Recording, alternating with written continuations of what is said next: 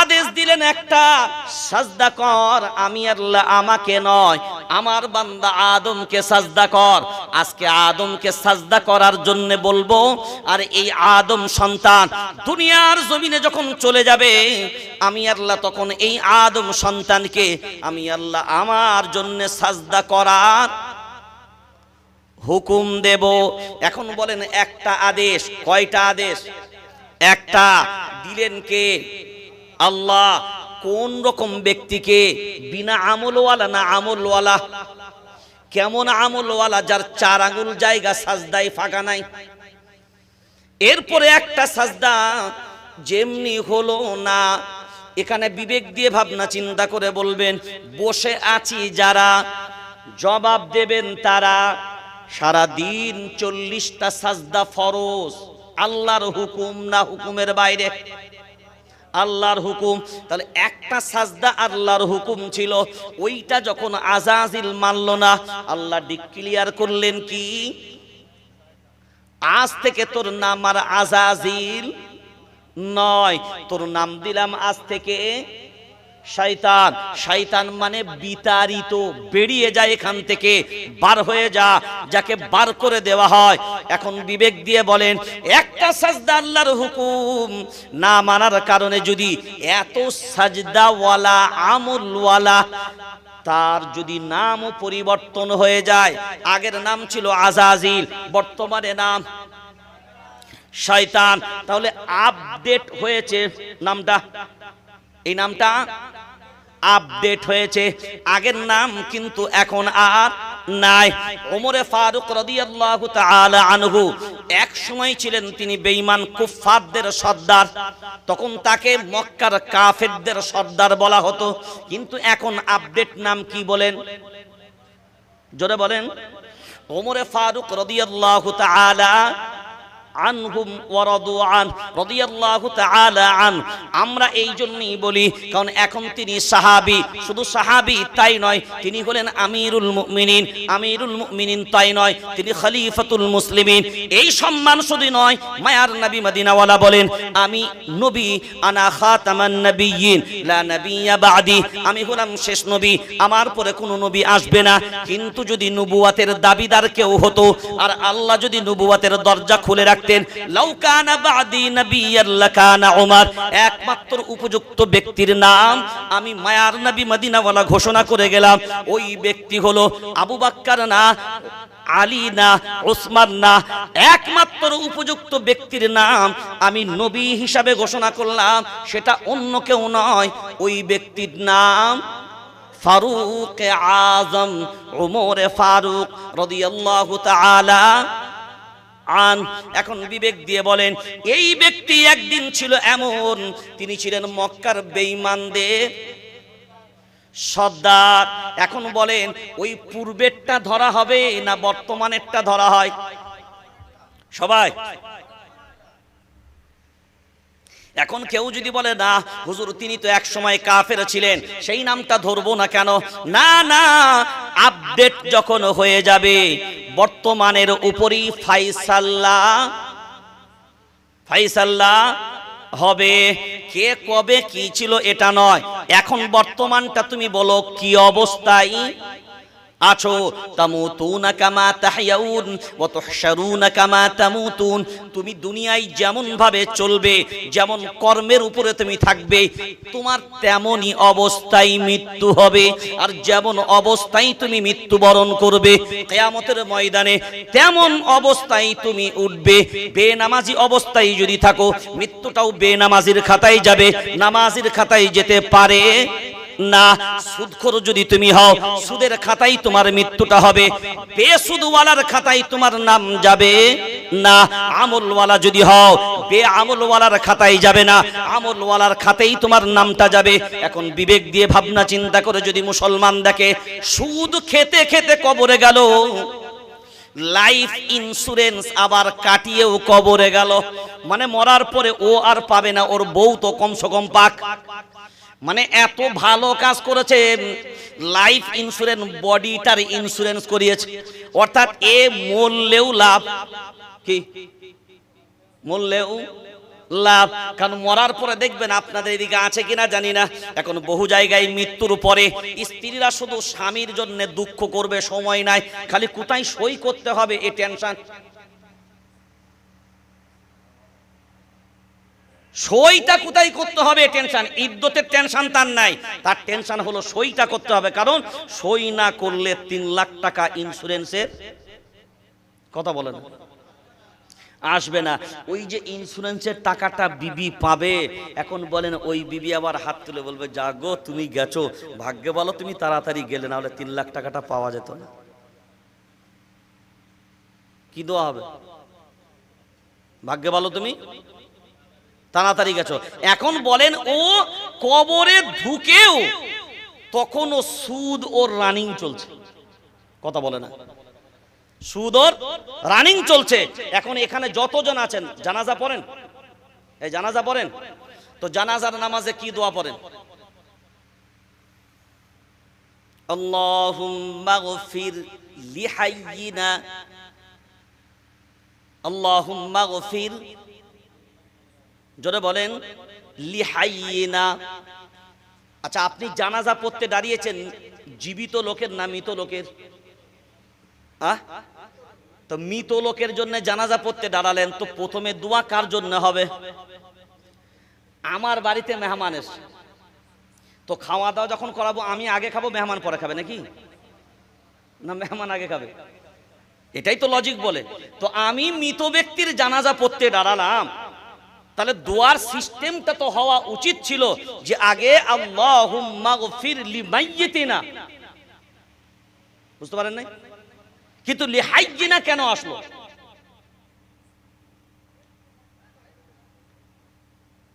প্রত্যেকটা আরবি ব্যাকরণগত দিক দিয়ে প্রত্যেকটা হাদিস এবং দোয়া এবং কোরআনের ক্ষেত্রে শাব্দিক অক্ষরিক এক একটা অক্ষরের তার কোথায় কোন জায়গায়, একটা অক্ষর আছে বলে যে সব সময় একই অর্থ দেবে তা নয়।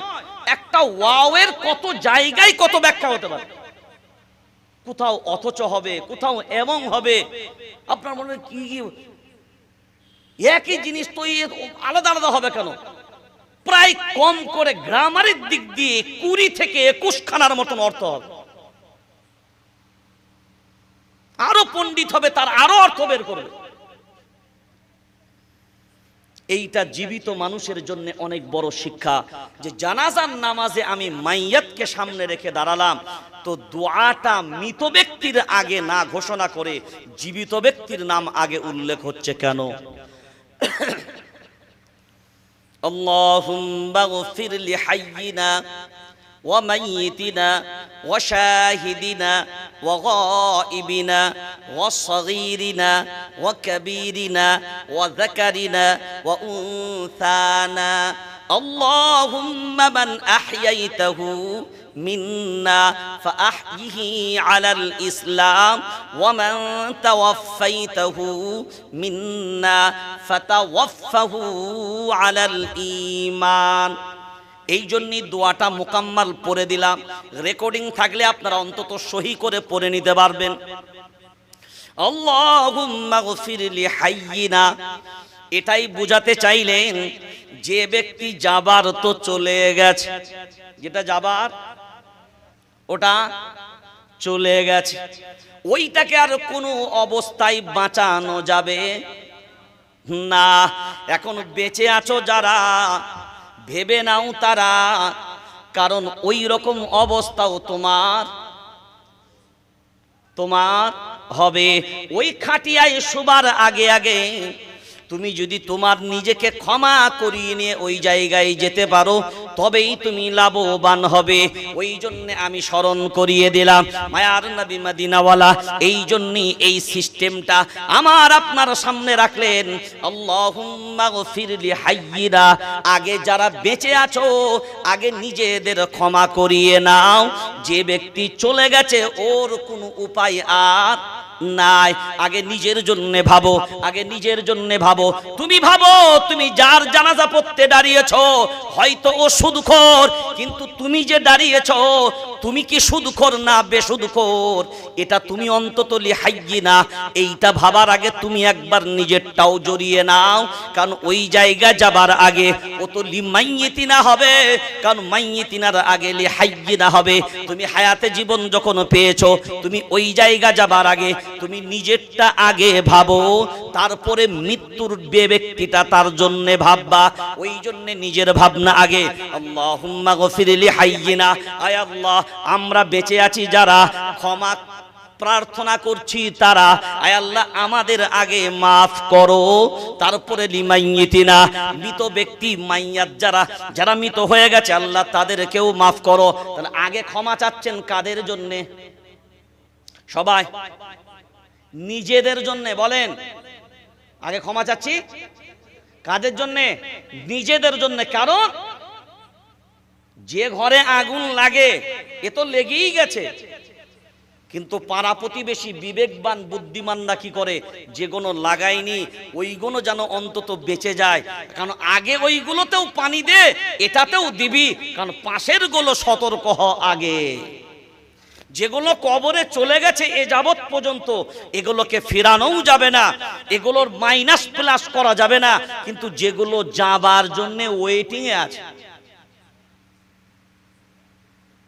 বুঝতে পারেননি, যাবার জন্য ওয়েটিং এ আছে, এইগুলোর জন্য সুযোগ এখন সবটাই খোলা। এই সুযোগটা যদি এ কাজে লাগাতে পারে অবশ্যই লাভবান, কথা বল, লাভবান হবে। এবার আপনি আমাকে বলেন মিস্টার আজাজিল কয়টা সাজদা আল্লাহর হুকুম ছিল?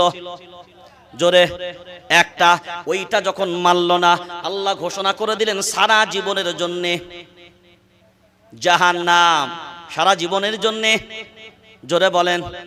এখন বলেন শয়তান যদি আজকে 2024 সালে এখন যদি শয়তান মসজিদে ঢোকে আর কোণের যদি বসে আর যতই নামাজ কালাম পড়ুক, যতই সালাতুত তাওবা পড়ুক, এরপরে আল্লাহর কাছে যদি দোয়া চায় শয়তানের তাওবা কবুল হবে? কথা বলেন, কেন হবে না? এ ভুল কটা? জোরে বলেন কথাটা। আমি আপনাকে শুধু আপনার বর্তমান অবস্থার মূল্যটা বোঝানোর জন্য বলছি। হুকুমটা একটা, সাজদাটাও একটা, আর আপনি সারা দিনে কটা সাজদা?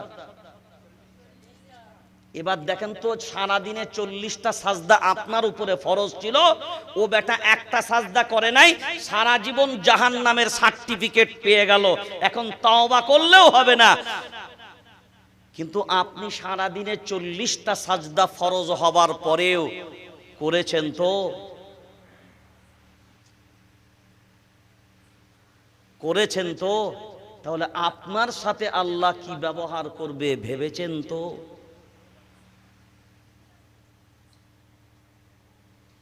এই ভাবেননি? একটা হুকুম, একটা সাজদা, সারা জিন্দেগির জন্য জাহান্নাম। একবার ভেবে দেখেন না আল্লাহর গোলাম, 40টা প্রত্যেক দিন আল্লাহর হুকুমের সাজদা, এই সাজদার হুকুমটাও আল্লাহর অন্য কারো না। আল্লাহ বলেন আমার একটা হুকুমের জন্যে, একটা হুকুম আমি আল্লাহ হুকুম করলাম, হে বান্দা তুই হয়তো 10টা মানলি না, 20টা মানলি না, বড় প্রশ্ন নয়, কিন্তু প্রথম ভেবে নে হুকুমটা কার? আমি রব, আমি আল্লাহ। আমার হুকুম যখন মানলি না, তুই এবার ভাবনা চিন্তা করে বল, কবরে যখন যাবি, এখন যদি বলে কেউ, যদি আমরা সবাই মিলে বলি আল্লাহ ও বুঝতে পারেনি কবরে চলে গেছে, আল্লাহাকুমুত তাকাসুর হাত্তা যুরতুমুল মাকাবির, মানুষ আশা রাখতে রাখতে রাখতে রাখতে কবরে যাবে, মানুষের আশা শেষ, আশা শেষ হবে না, কেউ কবরে চলেই যাবে। এখন চলে যাবার পরে যদি আমরা এবার হাত তুলে বলি আল্লাহ ও বুঝতে পারে নাই ভুল করেছি, আর স্টাইরিং ঘোরানো যাবে? অনেক মানুষের ধারণা হলো এটা যে জীবিত অবস্থায় যদি কেউ অন্যায় জুলুম সবকিছু করে যদি নামাজ আপনার চলে যায়, একটা জিনিস মাথায় রাখবেন, তাওবা করা ছাড়া যদি চলে যায়, কি বললাম, তাওবা করা ছাড়া যদি ঢুকে যায় একবার, তবে কঠিন। হ্যাঁ, আল্লাহ তার দয়ায় মাফ করবেন, এটা তো তার দয়ার উপরে নির্ভর করে। এখন সেই আশায় যদি আমি বসে থাকি, আমাদের প্রত্যেকটা মানুষের এই জীবনটাকে এবার ফলো করুন। এবার চলেন একটা আদেশেরও কথা বললাম, সবাই আমরা কম বেশি জানি আদম আলাইহিস সালাম ছিলেন কোন জায়গায়? জান্নাতের ভিতরে। কোথায়? সবাই বলেন। জান্নাতের ভিতরে। আল্লাহ সম্মানের সাথে জান্নাতের ভিতরে রাখলেন, আদেশ করলেন সব খান পান করুন, যা কিছু আছে কোনো সমস্যা নাই, কিন্তু ওয়ালা তাকরাবা হাযিহিশ শাজারাতা ফাতাকুনা মিনাজ জালিমিন। আল্লাহ শুধু নিষেধ করলেন কয়টা? আযাজিলকে আদেশ করেছিলেন কয়টা? একটা। আদম আলাইহিস সালামকে নিষেধ করলেন কয়টা? একটা আদেশ আর একটা নিষেধ। বিপরীত বুঝতে পারছেন এবার? একটা আদেশ একটা নিষেধ। আদম আলাইহিস সালাম প্রথম নবী, প্রথম মানব এবং আল্লাহর জন্য প্রথম প্রিয় বান্দা, যে জান্নাতের প্রথম স্বাদ গ্রহণ করেছে। আর দুনিয়ার এখনো কোনো মানুষ জান্নাতের স্বাদ গ্রহণ করেনি, কারণ ওই জায়গাটা আল্লাহ প্রথম যাকে সম্মানিত করেছেন তিনি হলেন আদম আলাইহিস সালাম, এবং আমার আপনার সকলের আম্মা জান মা হাওয়া আলাইহাস সালাম। এইটাই তার কারণ, তিনি যেহেতু আবুল বাশার, তিনি যেহেতু সমস্ত মানুষের আব্বা, সমস্ত মানুষের পিতা, এই সম্মান যখন আল্লাহ আদম আলাইহিস সালামকে করলেন, জান্নাতের ভিতরে থাকা ফাইনাল। তারপরে আল্লাহ নিষেধ করলেন কয়টা? জোরে? একটা। এখন কোন রকম বাই মিস্টেক হয়ে গেল, কি বললাম? হ্যাঁ, যেহেতু তিনি নবী, আমরা সম্মানের সাথে কথাটা বলবো। আমরা বলতে পারি না তিনি অন্যায় করেছেন, আউযুবিল্লাহ, আমাদের মুখে, অন্তত আমার মুখে বাদে। আমি সব সময় বলি বাই মিস্টেক। এই বাই মিস্টেক হওয়ার পেছনে দায়ী কে? বুবু জানেরা। কারা? কোন জানেরা? কোন জানেরা? বুবু জানেরা। কারণ শয়তান ওয়াসওয়াসা দিয়ে যখন কাজ করতে পারেনি, অনেক মানুষের একটা ধারণা আছে এই হাদিসগুলো যদি কেউ বর্ণনা করে, এগুলো একদম জাল হাদিস। অনেকে বলে আদম আলাইহিস সালামকে ধোঁকা দিয়েছে শয়তান, তো জান্নাতের ভিতরে ঢুকতে পারছিল না, জান্নাতের ভিতরে ঢুকতে পারছিল না। তা ঢুকলো কিভাবে? বলছে সাপের গালের ভিতরে শয়তান লুকিয়েছিল। কার গালের ভিতরে বলেন? সাপের গালের ভিতরে। বলে সাপের গালের ভিতরে চুপ করে শয়তান লুকিয়ে সাপ জান্নাতে ঢুকে গেল, আর ও বাটা চুপ করে ঢুকে গেল। এই কথাটা বলা, আমি প্রথমে দলিলের আগে আপনাকে জিজ্ঞাসা করি, আচ্ছা আপনাদের কি মনে হয় যে আল্লাহ যে ফেরেশতা যারা সিকিউরিটি গার্ড দেয়, আল্লাহর ফেরেশতা কারা? তারা নিরাপত্তার দায়িত্বে কারা আছেন? আল্লাহর ফেরেশতারা। আচ্ছা, আল্লাহর ফেরেশতারা যদি নিরাপত্তার দায়িত্বে থাকেন, আপনারা জানেন যে প্রত্যেকটা মানুষের কাঁধে দুইজন ফেরেশতা আছে। কি ফেরেশতা বলেছিলাম? জোরে বলেন। আরে এই ফেরেশতাগুলোর নাম কি? জোরে বলেন, কথা বলেন, জোরে বলেন। আরে প্রত্যেকটা মানুষের কাঁধে ফেরেশতা আছে না? এই ফেরেশতাগুলোর নাম কি? বলছি একজনই জানেন, বাকিদের কাঁধে নাই নাকি? মানে আপনারা এত আল্লাহওয়ালা ফেরেশতাও পালাচ্ছে। সবাই বলেন এই যে ফেরেশতাগুলো থাকে কি নাম?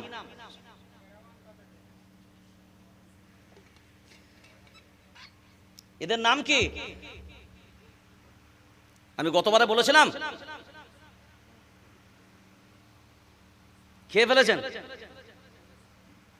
গতবারে বলেছিলাম এগুলো কিরামান কাতিবিন, ইনাদেরকে বলা হয় কিরামান কাতিবিন, ইনাদেরকে বলা হয়, কিন্তু ইনাদের নাম রকিব আর আতীদ। বলেন সবাই মিলে, মুখস্থ থাকতে হবে। একজনের নাম রকিব আর অপরজনের নাম আতীদ, আইন তা ইয়া দাল, আতীদ। রকিব আর আতীদ আজকের পরে আর কেউ ভুলবেন না। আর কিরামান কাতিবিন অর্থাৎ সম্মানীয় লেখক বা সম্মানিত লেখক। কিরামান মানে সম্মানীয়, কাতিবিন মানে হলো লেখক। তাহলে এই সম্মানীয় লেখক দ্বারা, সম্মানীয় লেখক দ্বারা প্রত্যেকটা আমল লেখা হচ্ছে না হয়নি? কথা বলে না, লেখা হচ্ছে না হয়নি? তারপরে ওয়াকুল্লা ইনসানিন আলজামনাহু তাইরাহু ফি উনুকি, উনুকি, এই গল দেশে আল্লাহ একটা গোস্তের টুকরা সিম কার্ড, কি কার্ড? অনেকের জানা নেই। আপনার কাছে খালি মোবাইলে সিম কার্ড আছে। মোবাইলে সিম কার্ড দিলে মোবাইল চলবে, আর সিম কার্ড না দিলে, একটা সিম কার্ড থাকা মানে কোথায় কবে, রাতে না দিনে, সন্ধ্যায় না বৈকালে মিস কল দিয়েছেন, না ডায়াল করেছেন, না রিসিভ করেছেন, উঠবে না? উঠবে না? উঠবে। আপনি মোবাইল থেকে ডিলিট করে দিলেন, যে হয়তো কাকে কল করেছে আমি ডিলিট মেরে দিলাম, কিন্তু ওই সিম কার্ড যদি কম্পিউটারে ফেলা যায়, টোটাল কল হিস্ট্রি আপনার সামনে আসবে। وكل إنسان ألزمناه طائره في عنقه ونخرج له يوم القيامة كتابا يلقاه منشورا اقرأ। আমরের শিগা ব্যবহার করেছে, ইকরা। শুধু কিতাব খুলে দিবে তা নয়, এই সিম কার্ডকে ওপেন করা হবে, সিম কার্ডকে ওপেন করা হবে।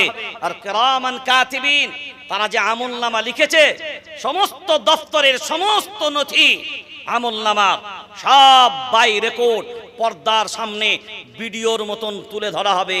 আর তার সমস্ত কিতাব যখন খোলা হবে, ওপেন করা হবে, এবার আল্লাহ অর্ডার করবেন, ইকরা কিতাবাক কাফা বিনফসিকা আল-ইয়াউম।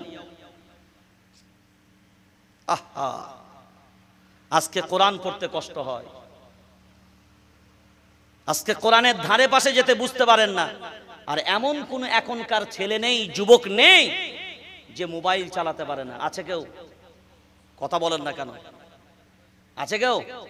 কচি ছানা, যেটা একেবারে কচি, মায়ের পেট থেকে বেরিয়েছে, ও যখন কিছু ধরতে পারে, তো আমার মনে হয় এখনকার জামানায় সর্বপ্রথম যেটা ধরে তার নাম মোবাইল। বাস্তব বলছি এটা।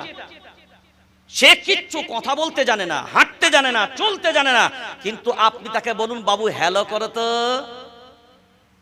দেখবেন ঠিক কানটাকে হাতে তুলবে। কথা বলেন না কেন? আপনারও কোলের বাচ্চা যদি তার আকার ইঙ্গিতটা এমন হতো, ওই মাগুলো যদি এমন গুণধর মা হতো, আদ-দুনিয়া কুল্লুহা মাতা ওয়া খায়রু মাতা'id দুনিয়া আল মারআতুস সালিহা। আল্লাহর নবী বলছেন দুনিয়ার মধ্যে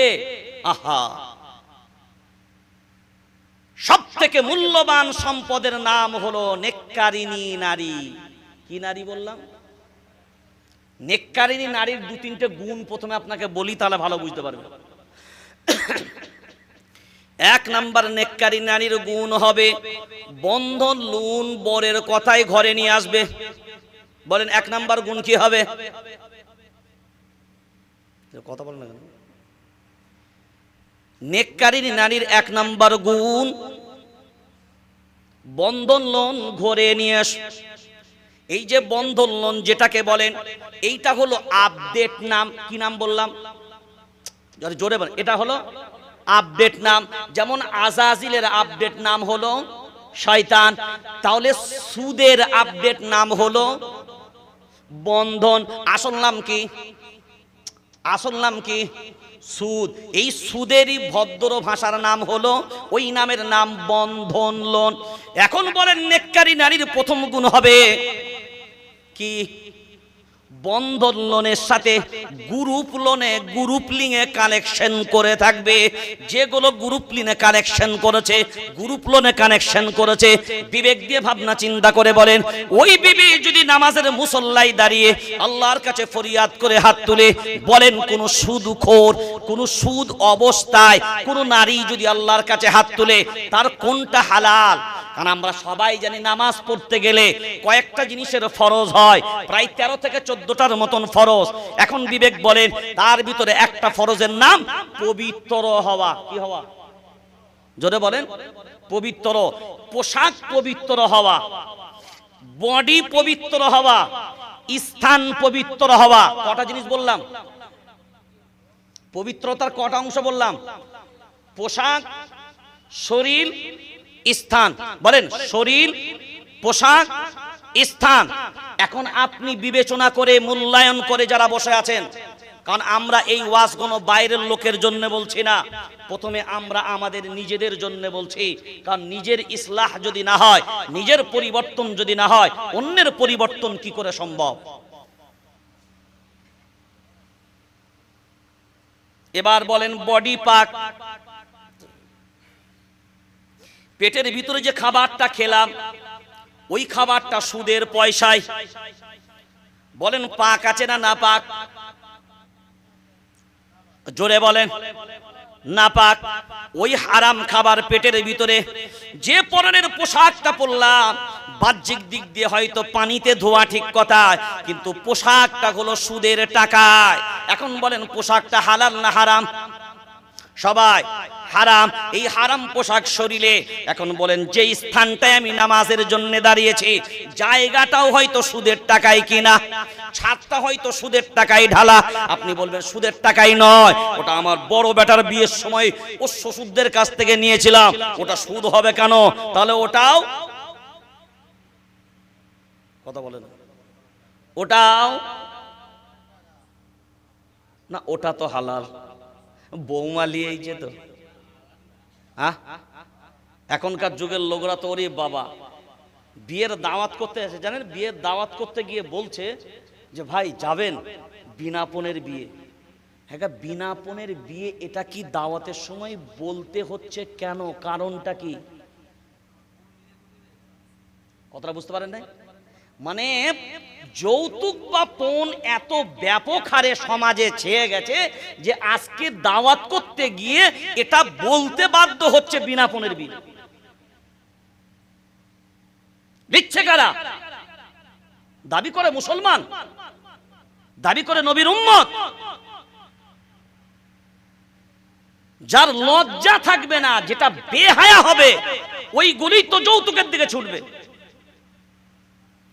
যে কন্যা, যে স্ত্রী, জাতির তো লজ্জাই জায়গায় হওয়া দরকার। আহা, বিয়ের দুটো শব্দ হয়, একটাকে বলা হয় ইজাব আর একটাকে বলা হয় কবুল। বলেন সবাই, একটাকে বলা হয় ইজাব, একটাকে বলা হয় কবুল। হ্যাঁ, এই মশলাগুলো আমরা অধিকাংশই জানি না। ইজাব আর কবুলের মাধ্যমে বিবাহ হয় সাক্ষীর মাঝে। ইজাবটা প্রথম কে করে? আপনাদের এই দিকে যখন বিয়ে টিয়ে পড়ানো হয়, কার হুকুম আগে নেয়? কার অনুমতি আগে নেয়? ছেলের। বিয়ে করতে কে আসে? ছেলে না মেয়ে আসে? কত কে আসে? ছেলে আসে। তো ছেলে যদি বিয়ে করতে আসে, তো হুকুমটা কার নিতে যায়? কত কার অনুমতি নিতে যায়? আর এদিকে বিয়ে কি উল্টো হয় নাকি? আরে মেয়ের অনুমতি আগে আনে তো। আপনাদের না, আপনাদের এলাকার সিস্টেম তো আমার জানা নেই। কার অনুমতি আগে নেয়? ওই হুজুরা বলবেন তো, মেয়েরই তো। তো মেয়ের অনুমতি আগে নেয়। কার অনুমতি? এখন বলেন আপনি শেরওয়ানি পাগড়ি সব পরে একদম সাজ ধজকে, বলে না বাংলা একটা ভাষায়, সাজ ধজকে চলে এলেন, বিরিয়ানি কুরমা পোলাও যা ছিল সব হয়ে গেল, একদম ফাইনাল রেডি।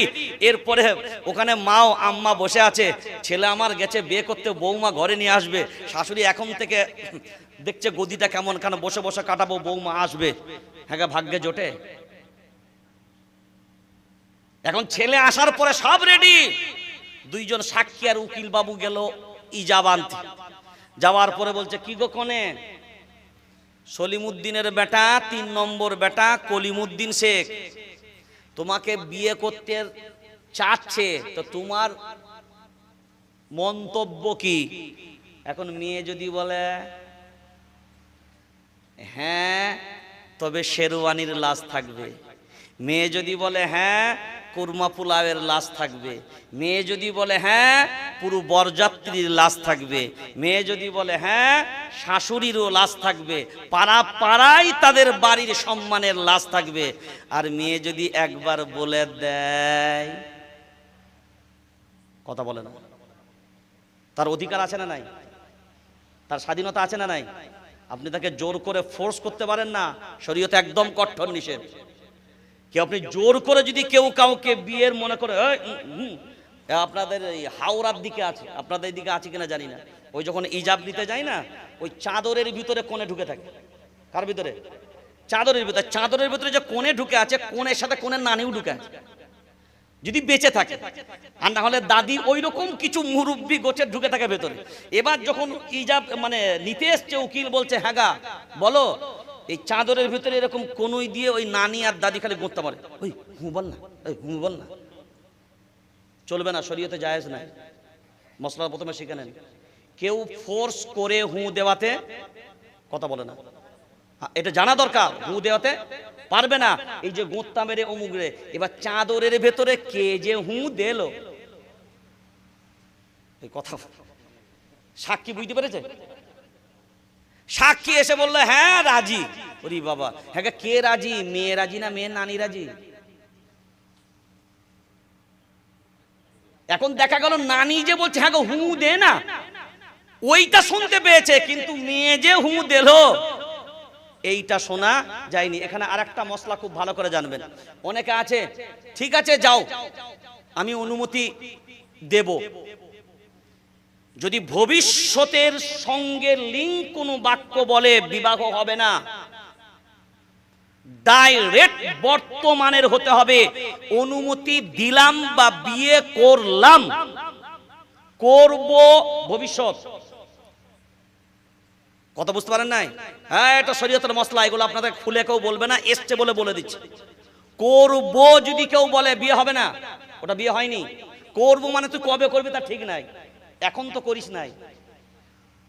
বিয়ে করলাম, অনুমতি দিলাম, সম্মতি দিলাম, আমি গ্রহণ করলাম, আমি কবুল করলাম, কাবিল তু, এটা আরবিতে বলে কাবিল তু মানে আমি কবুল করলাম। মুতাকাল্লিমের ব্যাপার, এগুলো আপনারা সাধারণত বুঝবেন না, এগুলো উলামায়ে কেরামরা বোঝে। তাহলে এই যে জায়গাগুলো, এবার দেখেন অনুমতি কে আগে দিল, সবাই তাড়াতাড়ি বলেন। মেয়ে, মেয়ে অনুমতি আল্লাহ বলছেন, এটা সিস্টেম দেখেন যে আগে যাও, কারণ সম্মানিত যে হয় তাকেই রিসিভ করতে যায়। যারা রিসিভ করতে যায় তারা সম্মানিত না, যাকে রিসিভ করতে গেছে তিনি সম্মানিত। জোরে বলেন, যাকে রিসিভ করতে গেছে। বরযাত্রী বর কাকে রিসিভ করতে এসছে? জোরে বলেন, মেয়েকে। আল্লাহ বলেন এটাই হলো আমি যে বিধান ইসলাম দিয়েছি, এর ভিতরে তোমার থেকে বেশি সম্মান আমি মায়েদের দিয়েছি। ওই জন্য আমরা অনেক সময় বলি, যারা বলে ইসলাম নারীদেরকে কিছু দেয়নি, আমরা নিজেদের স্বাধীনতা পেতে চাই, আমরা তাদেরকে জানিয়ে রাখলাম, শুনে রেখে দাও মা, ইসলাম নারীদেরকে যা দিয়েছে সারা দুনিয়া নারীদেরকে তা দেয়নি। ইসলাম নারীদেরকে যে সম্মানগুলো দিয়েছে আপনারা জানেন, অন্য ধর্মের ভিতরে বিধবা মহিলা বিয়ে করা, কথা বলে না, যাই না। এখন ধরুন আজকে বিয়ে করলাম, 3 দিন পরে যদি স্বামী মারা যায়, বলেন যদি এই যে বিধবা মহিলার যদি বিবাহের সিস্টেম যদি ইসলাম না দিত, এখন বিবেচনা করে দেখেন ওই মহিলাটার সারা জীবনটা বেকার হয়ে যেত। অন্য ধর্মের ভিতরেও আমরা পাই সতী দাহ প্রথা। কি দাহ? এই সিস্টেম নিশ্চয়ই আপনারা শুনেছেন। কি প্রথা? সতী দাহ প্রথা। সতী দাহ প্রথা মানে স্বামী মারা গেল, স্ত্রী তার দেহটাকে সৎকার করবে স্ব ইচ্ছায়। মানে যে আগুনে পোড়ানো হবে, যে শ্মশানে যে আগুন কাঠে পোড়ানো হবে, ওই স্বামীর লাশের সাথে সাথে জীবন্ত স্ত্রীকে ঝাঁপ দিতে হতো। যদি নিজের থেকে ঝাঁপ না দিত, সবাই চ্যাংদোলা করে ওই আগুনে ফেলে দিত। অর্থাৎ স্বামী যখন মরে গেছে, এই দুনিয়ায় তোমার আর বেঁচে থাকার অধিকার নাই। সবার জানা দরকার মায়ার নবী মদিনা বলা এমন একজন আদর্শওয়ালা। মায়ার নবী মদিনা বলা 25 বছর তার বয়স। প্রথম বিবাহ করলেন মা খাদিজাতুল কুবরা রাদিয়াল্লাহু তাআলা আনহা। কয়েকটা বিবাহ আগে করেছিলেন। বয়সটা নবীর থেকে বেশি না কম? কত বছরের বেশি? জোরে বলেন। 40 বছর বয়স মানে আমরা জানি বৃদ্ধা। 40 বছর বয়স মানে আমরা জানি বৃদ্ধা। নবী মায়ার নবী মদিনাওয়ালা প্রথম বিবাহ করলেন এমন একজনকে। আজ বর্তমান সময়ে ভারতবর্ষ সহ পৃথিবীর বিভিন্ন জায়গায় বহু কুলাঙ্গাররা বেরিয়েছে। আপনারা দেখছেন দীর্ঘদিন ধরে সোশ্যাল মিডিয়ায়, ইন্টারনেটের যুগে। রামগিরি মহারাজ, তারপরে আমাদের কলকাতার একটা বেরিয়েছে মেয়ে ছেলে, ওর নামটাও আমি দিই না, আমার লজ্জা লাগে। কি খান, আর ও নাম আমি জানি। এই রকম নিকৃষ্ট যারা ইসলামের নামের ভিতরে এইগুলো আমি বলি হাইব্রিড। তোমার হতেই পারে তুমি একজন মানুষ, তোমার কোন ধর্ম ভালো লাগতেও পারে, নাও লাগতে পারে। বুঝেননি? লাগতেও পারে, নাও লাগতে পারে। গত কয়েকদিন পূর্বেই প্রশাসন মহল থেকে আমাকে ফোন করেছিল, যে কোনো উচ্চ পদস্থ, আল্লাহর নবীর ছবি সম্পর্কে জানতে চাইলেন। আমি তাদেরকে বললাম, আপনাদের প্রথম প্রশাসনিক মহলে জানা দরকার ইসলামে আল্লাহর রসুলের ছবি সম্পর্কে। ইসলামে যত অপরাধ আছে, সব বড় বড় অপরাধের ভিতরে একটা অপরাধের নাম হলো আল্লাহর নবীর ব্যঙ্গচিত্র বা কোনো কার্টুন প্রকাশ করা। আমার রসুলের কোনো ছবি ছিল, আছে, ভবিষ্যতে থাকবে। আমার রসুলের ছবি কেন নাই? তার শান এবং তার সম্মানের জন্য নাই। কিসের জন্য? তার সম্মানের সমকক্ষ দুনিয়ার কোন মানুষের সম্মান হবে? আজ যদি তার ছবি থাকতো, যদি তার ছবি দুনিয়াতে থাকতো, কোনো না কোনো দিন সেই ছবি পত্রিকায় আসতো। ঠিক বলছি তো? খবরের কাগজে আসতো। খবরের কাগজে আসার পরে খবর যখন নিউজ পড়া হয়ে যেত, সেইটা কিসের ঠোঙা হতো? খাবারের ঠোঙা হতো। সেই খাবারের ঠোঙাটা দেখা যাবে যে হয়তো চানাচুর, মুখরোচক খাবার কেউ কিনে নিয়ে গেছে। কারা? মদ্যপান করবে যারা। ভুল বলছি না ঠিক? সেই কাগজের ঠোঙায় কার ছবি দেখা যেত?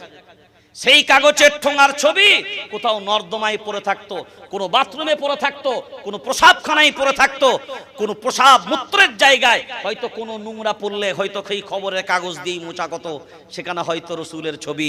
আল্লাহ ওই রসুলের সম্মান, যে আমার রসুলের সাথে দুনিয়ার কোনো মানুষ কোনো অবস্থায় বেয়াদবি করতে পারবে না, চাইলেও সম্ভব নয়। আমি এমন সিস্টেম রেখে যাব, কারণ আমার রসুলের সম্মান আমি নিজে ঘোষণা করেছি, ইন্নাকা লাআলা খুলুকিন আযীম। আমার রাসূলের চরিত্রের সমকক্ষ পৃথিবীর জমিনে আর কেউ হবে না। এই সমস্ত কুলাঙ্গারগুলো যারা আমার রাসূলের চরিত্রের উপরে আঙুল তোলে, এরা সাহস পায় কোথা থেকে? আমাদের কারণে। কাদের কারণে? কথা বলে না। আমরা আমাদের রাসূলের প্রতি সেই সম্মান রেখেছি। সে সম্মান আমরা করি, যে সম্মান আমার রাসূলকে দেবার কথা ছিল এই উম্মতের, সে সম্মান আমরা নিজে দিইনি, যার কারণে আজকে তারাও এই সুযোগটাকে কাজে লাগিয়েছে।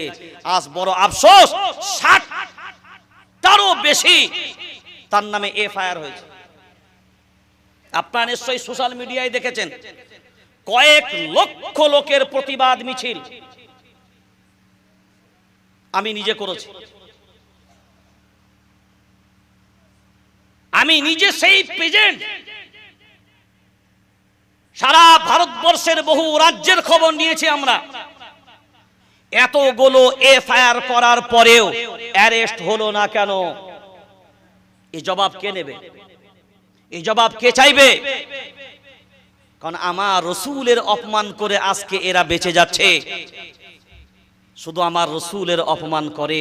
হায়, যদি শরিয়া ইসলাম থাকতো, আহা, একজন বাংলাদেশের বাচ্চা ছেলে নবীর মোহাব্বত দেখে মদিনার হোটেলে বসে আছে, তো একজন আলেম বাচ্চাটাকে দেখে, বেশ মদিনার বাচ্চা, আরবের বাচ্চা, দেখতে কেমন হবে? অতি সুন্দর হবে। তো বাচ্চাটা সামনে বসে আছে, তো বলছে তাকে, বাচ্চাটাকে বলছে, হ্যাঁ গো, তোমাদের দেশে তো খালি বালু আর বালু, মরুভূমি আর মরুভূমি, আমাদের দেশে যাবে, নদ নদী খাল বিল তরুলতা সুসজ্জিত একটা দেশ পাবে। বলছে, বাচ্চাটা শুনলো চুপ করে, কোনো জবাব, তার রিয়াকশন দিল না। কিছুক্ষণ পরে বলছে, ইয়া আইয়ুহাল মাওলানা হাল ফি বিলাদিকা রাউযাতুন নবী। সুবহানাল্লাহ বলেন। ইয়া আইয়ুহাল মাওলানা, হায় আলেম, হে মাওলানা, আপনার দেশে তরুলতা, নদ নদী খাল বিল সব আছে, বলুন আপনার দেশে আমার রাসূল আছে কিনা? সুবহানাল্লাহ বলবেন না? আমার দেশে হয়তো সব মরুভূমি, তরুলতা খাল বিল নদ নদী নেই, কিন্তু আমরা পেয়েছি আমার রাসূলের রওজা পেয়েছি। সুবহানাল্লাহ। তাদের মুহাব্বত, তারা ওটা পেয়েও কত সন্তুষ্ট। আর এ জাতি নবীর উম্মত পাওয়ার পরেও, এবার আপনি বলেন, ওই নারীর সম্মান কত আল্লাহ দিলেন। আগে যদি অনুমতি দেয় তবেই ছেলে কবিল তো বলতে পারবে, আর মেয়ে যদি অনুমতি না দেয়, বাবা শেরওয়ানি যা পরেছিস পরেছিস, পাগড়ি যা পরেছিস পরেছিস, সোজা গাড়িতে ওটার ঘরে, কেন উপায় আর নাই। এই জন্য এবার বলেন, গুণী নারীর চরিত্র কেমন হবে, তার আখলাকটা কেমন হবে? নবী বললেন, শুনে রেখে দাও, এই দুনিয়ার জমিনে সবই তো নিয়ামত, অনেক নিয়ামত আল্লাহ দান করেছেন।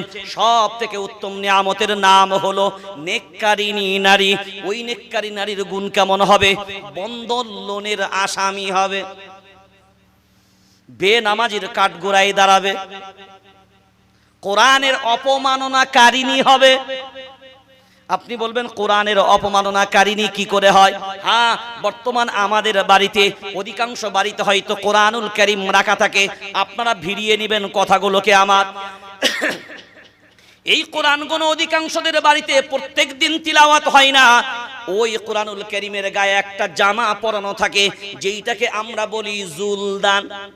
বলি না? বলি না? কি বলি? জুলদান। এ আমার রুমালটা দেখলেই বুঝতে পারবেন, চৌকো একটা কাপড়। এই কাপড়টাকে যদি এইভাবে ভাঁজ করে নেন, এইভাবে ভাঁজ করে নেন, বাস হয়ে গেল জুলদান, একটা দড়ি বেঁধে দিবে।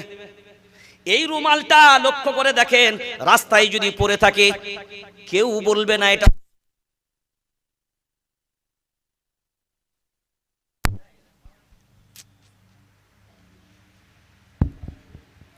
কেউ বলবে না এটা হুজুরের রুমাল, এর কোনো সম্মান নাই। এবার দেখেন, এই রুমালটাই ওই রকম তিন কোনা ভাবে যদি সেলাই করে রাস্তায় পড়ে থাকে, একটা দড়ি যদি কোণে বাঁধা থাকে, আর কোনো মানুষের নজরে যদি পড়ে, বিবেক দিয়ে ভাবনা চিন্তা করে বলেন, প্রত্যেকটা মানুষ বিবেকহীন মানুষও যদি হয়, এক বাক্যে কাপড়টা উঠাবে না ফেলে রেখে দিবে? জোরে বলেন। তাহলে এই একই রুমাল, এটা যখন রাস্তায় পড়ে থাকে, এর কোনো দাম নাই।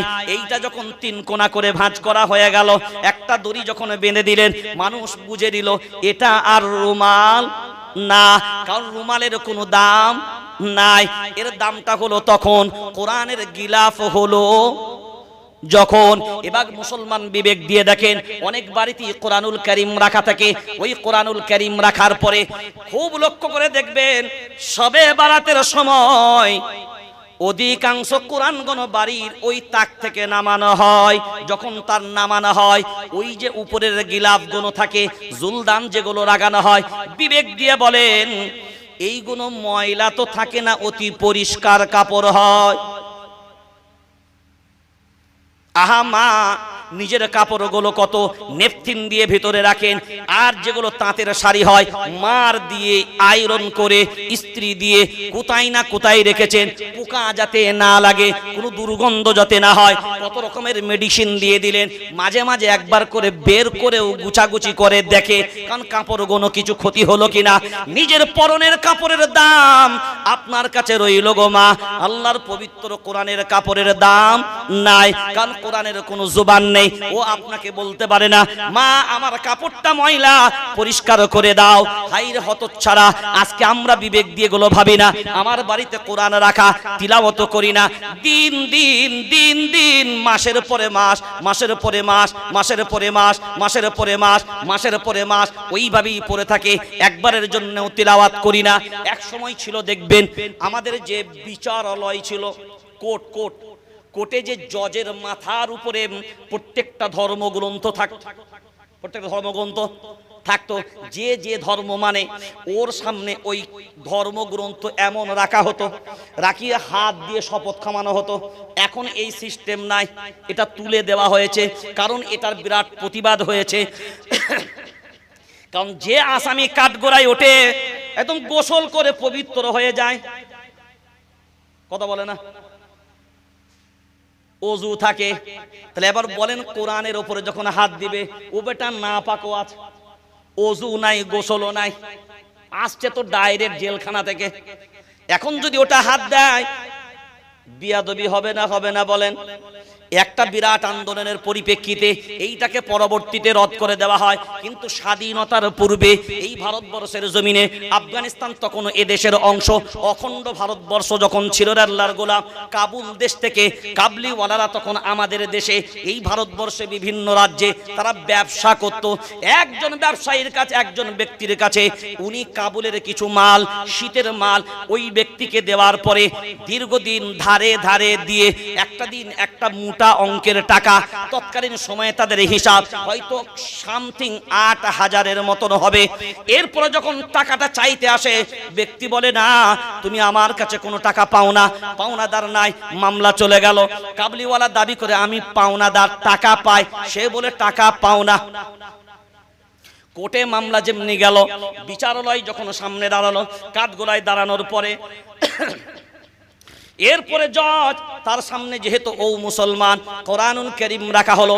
রাখার পরে ওই অপরাধীকে বলে, যে অপরাধী তাকে বলে তুমি হাত দিয়ে বলো এটা হলো কোরআনুল কারীম। ওই ব্যক্তি আমার কাছ থেকে কোনো পাওনাদার নয়। ওই ব্যক্তি হাত রাখলো, শপথ খেয়ে নিল। কাবলিওয়ালা দেখলেন দাঁড়িয়ে দাঁড়িয়ে শপথ খেয়ে নিল কোরআনের উপরে। তাহলে এখন কাবলিওয়ালা, ওই কাবুল দেশের ব্যক্তি, তিনি তো মিথ্যুক হয়ে যাবেন। কিছুক্ষণ পর ওই কাবুলিওয়ালা তিনি বলেন, স্যার জাহাপানা, আমার একটা কথা, হ্যাঁ মামলা আমি দায়ের করেছি ঠিক কথাই, একটা অনুরোধ আপনার কাছে, একটা সপ্তাহ আমাকে সময় দেওয়া হোক, এক সপ্তাহের বেশি আমি সময় নেব না। বলে কি সেটা? বলে এক সপ্তাহ পর এই কোটি মামলা হবে, সেই দিনকে আমি একটা পবিত্র কোরআনুল কারীম নিয়ে আসব।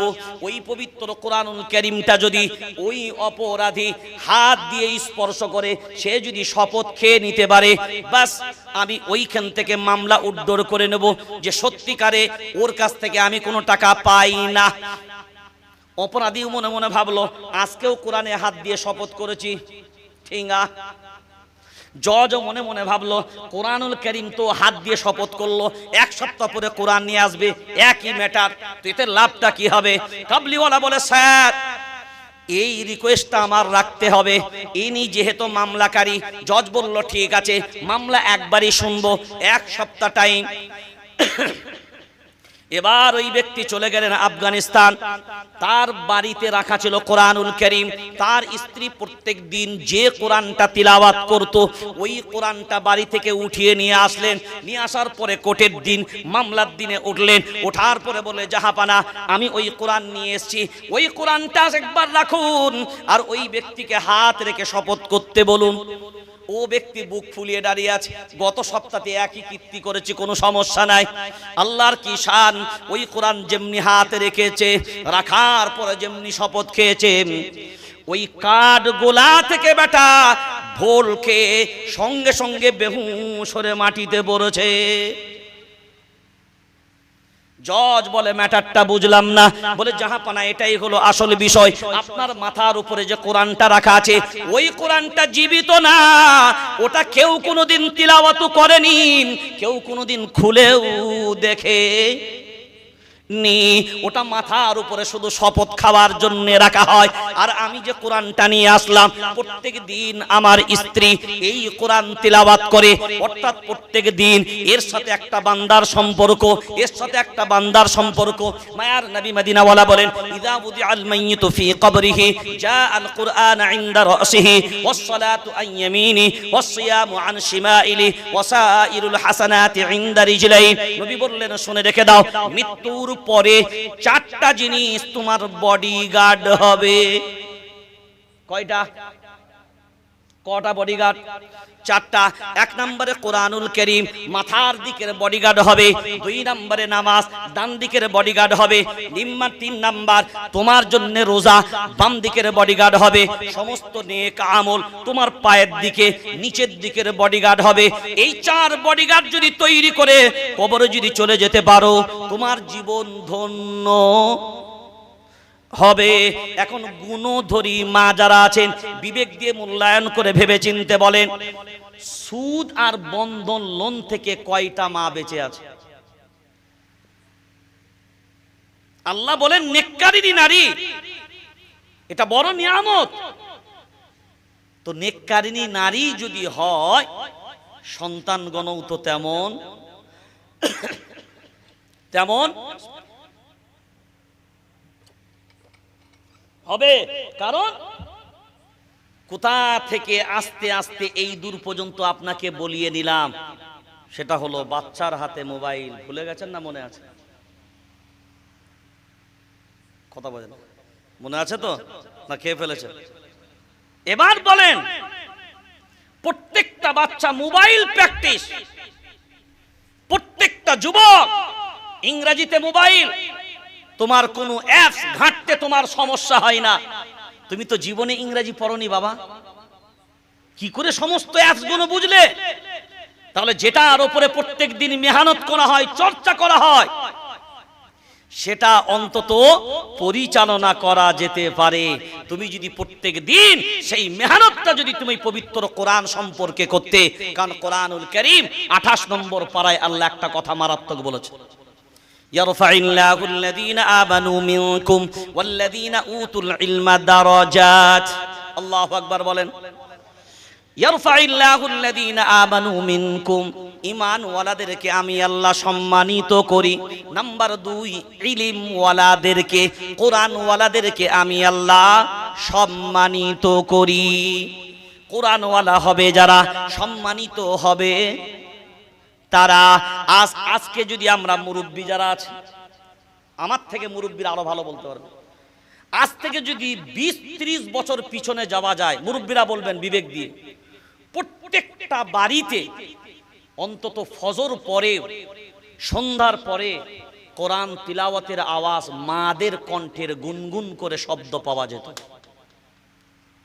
ঠিক বলছি না ভুল?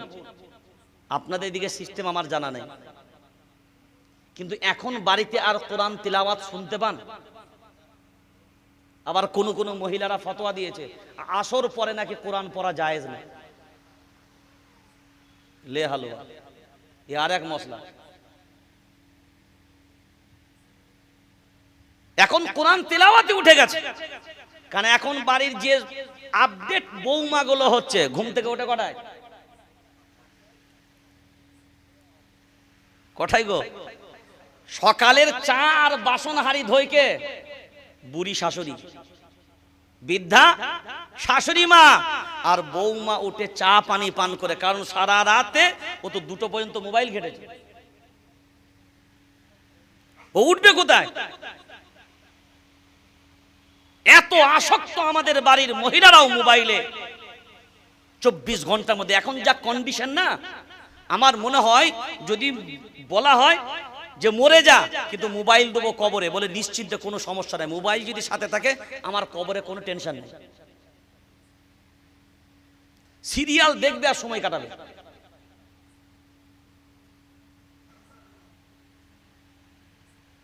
হে মুসলমান, ভাবনা চিন্তা করে এবার দেখা আপনার জন্য দরকার। একটা দেশের কথা বলেছিলাম, একটা নিষেধ মনে আছে না? খেয়ে ফেলেছেন আদম আলাইহিস সালামকে কয়টা নিষেধ? একটা। কিন্তু ওই যে মশলাটা বলছিলাম, আমাদের ভিতরে একটা ভুল হাদিস এবং জাল হাদিস বর্ণনা করা হয়, শয়তান ঢুকলো বলে সাপের গালের ভিতরে। মনে পড়ছে কথা এবার? আল্লাহর সিকিউরিটি এত দুর্বল নয়। হ্যাঁ, বর্ডার সিকিউরিটি হতে পারে, বর্ডার সিকিউরিটি ফাঁকি দিয়ে এদেশ থেকে ওদেশ লোক পারাপার করে না, জোরে বলেন। এইগুলো দুনিয়ার বর্ডার সিকিউরিটি তো হতে পারে। ওই জন্য যখন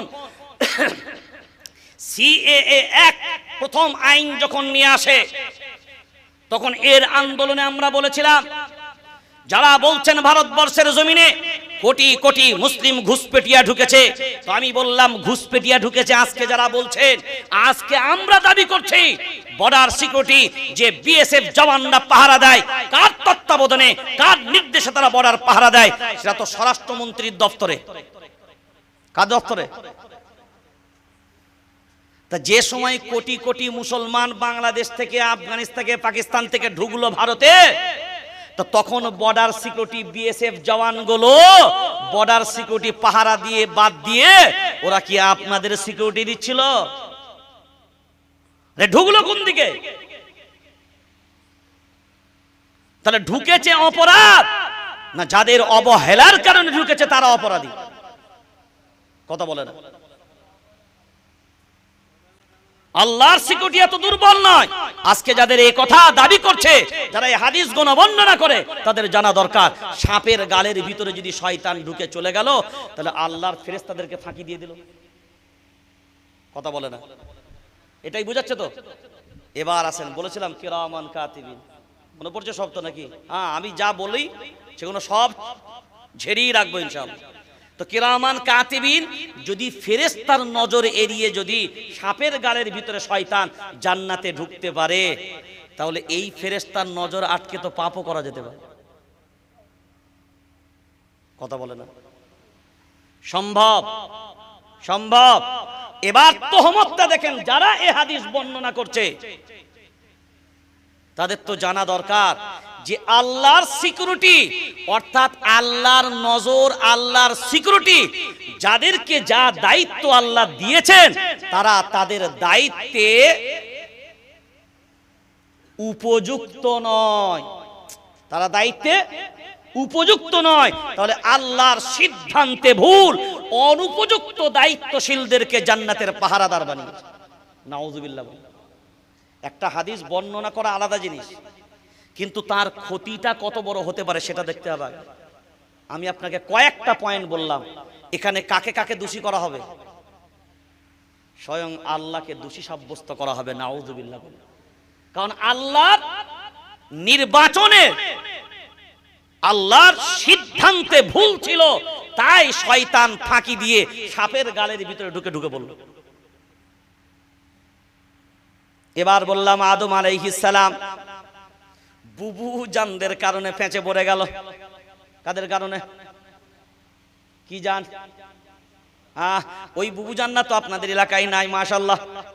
অনেক সময় দেখবেন বাড়ির ভিতরে আপনার মনে হবে এটা করব না, কিন্তু ও বান্দি নাছোড় বান্দা, ও ঠিক সুযোগ কোন সময় ঠিক গায়ে মাথায় হাত বুললে কাজ হবে। ও সেই সুযোগের অপেক্ষায় বসে আছে। না ছোট বান্দা, করিয়ে নেব, এটা যখন যদি একজন মহিলা জিদ ধরে নেয়, হ্যাঁ যখন হোক সময় বুঝে ঠিক করিয়ে নেবে। ওই রকম মা হাওয়া আলাইহিস সালাম বারবার যখন এইভাবে ধোঁকা দিয়ে মা হাওয়া আলাইহিস সালামকে যখন কবজা করে নিল, আই দেখো ওই গাছের ফলটা যদি খেয়ে নাও আর তোমরা চিরস্থায়ী জান্নাত থেকে বার হবে না। আর ওই গাছের ফলটা এই জন্য আল্লাহ খেতে বারণ করলো যে তোমরা যদি খেয়ে নাও তাহলে তোমরা জান্নাতের ভিতরে চিরস্থায়ী থেকে যাবে। আল্লাহ ওটা চাই না, বলেন নাউযুবিল্লাহ। এবার মেয়ে মানুষ তো, মহিলা মানুষ তো, বুদ্ধি কোথায়? ঘরে গিয়ে বলেন না একবার, ঘরে গিয়ে বলেন একবার, তারপরে বুঝাবে হাঁটুর নিচে। হ্যাঁ, সংসার চালাচ্ছি আমি, খাদ্যমন্ত্রী আমি, অর্থমন্ত্রী আমি, স্বরাষ্ট্রমন্ত্রী আমি, আর আমাকে বলো হাঁটুর নিচেই বুদ্ধি। বরঞ্চ আজকে গৃহ পরিচালিত হয় তাদের সিদ্ধান্তের উপরে। হ্যাঁ, অনেক জায়গা অনেকে যায় যে হুজুর একটা তাবিজ লাগবে। কিসের তাবিজ? আমার স্বামী আমার কথা শোনে না, সব বুনাশ করেছে। চিন্তা করেন, স্বামীর কথা যাতে শুনে তাবিজ করে হলেও করতে হবে। আর আমাদের মতন কিছু পকেট পূজা, পেট পূজারি আছে বাজারে বেরিয়েছে, যারা এগুলোকেও করে। যেদিন জেনে নেবেন যে স্ত্রী স্বামীর উপরে তাবে, স্ত্রী স্বামীর উপরে বাহাদুরি শুরু করে দিয়েছে, জানবেন ওই ঘর জাহান্নাম শুরু হয়ে গেছে। 100 বার স্ত্রীর একটা সম্মান মর্যাদা অবশ্যই আছে। এটা নয় যে আপনি একটা স্ত্রীর উপরে জুলুম করুন, যেমন আমাদের সমাজে আছে কিছু মাতাল আছে, আপনাদের এদিকে হয়তো নাই। বেটা মদ পান করে রাতের বেলায় আসে আর এসে স্ত্রীর উপরে নির্যাতন চালায়। আমি ওই জন্য ফতোয়া দিয়েছি, যাদের বরগুলো রাতের বেলায় মদ খেয়ে বাড়িতে আসবে তাদের বিবিগুলো, ও যদি 1 বোতল টানে তুই 2 বোতল টানবি। এ নির্লজ্জ বাড়িতে আসে মদ পান করে, আসার পর একজন স্ত্রীর উপরে যে অমানবিক অত্যাচার চালায় এবং তার মেমোরি কাজ করে না যে কি বলে। বাস্তব বলছে এগুলো।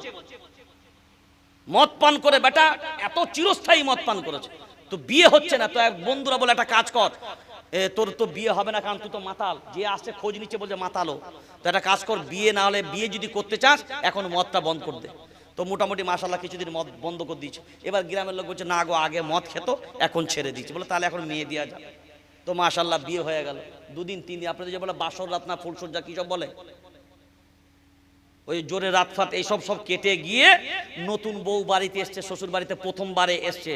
এবার বন্ধু বান্ধবরা বলছে হ্যাঁ রে এতদিন মদ খাসনি, বিয়ে হবে না। বলে এখন তো বিয়ে হয়ে গেছে, এবার তো অসুবিধা নাই, চ টেনে আসি, মাল হাজির।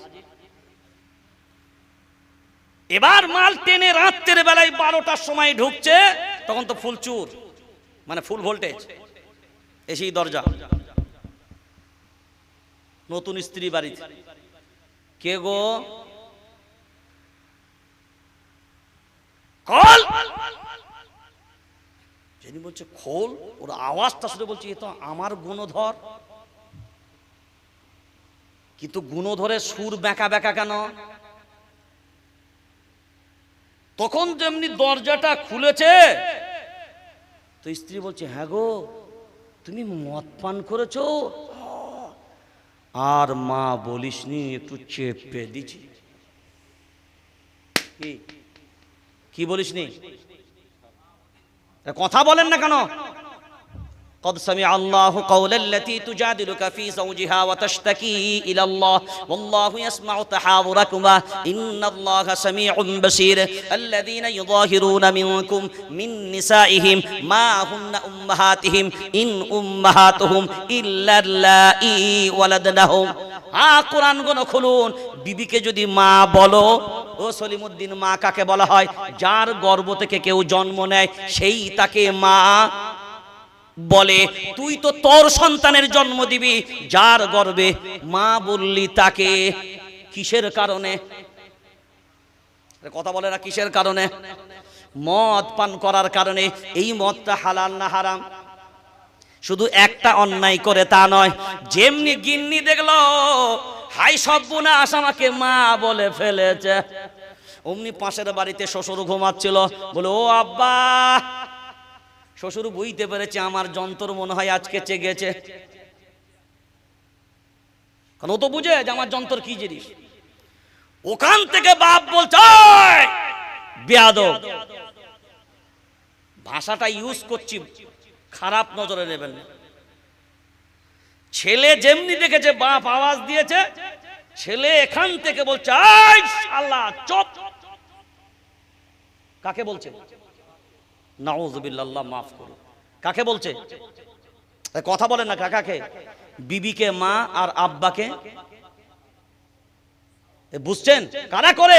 এরকম গুণধর ছেলে তো আমাদের সমাজে নাই। আপনি বিবেক দিয়ে বলেন, এ মাতাল মদ খেয়ে যদি মরেও যায়, মদ খেয়ে পানিতে ডুবে মরে যাবে, আমাদের সমাজ ব্যবস্থা যা আছে, একজন যোগ্য আলেম যদি ইমামতি করে, সেই ইমাম সাহেবকে ওই হারামখোরের জানাজা পড়াতে হবে। কথা বলেন না কেন? এর থেকে লজ্জার উলামা সমাজের আমাদের কি হতে পারে? নিরুপায় আমাদের ইমামরা, কারণ তারা যদি না পড়ায় তার চাকরিও থাকবে না, এলাকায় ফিতনা তৈরি হবে।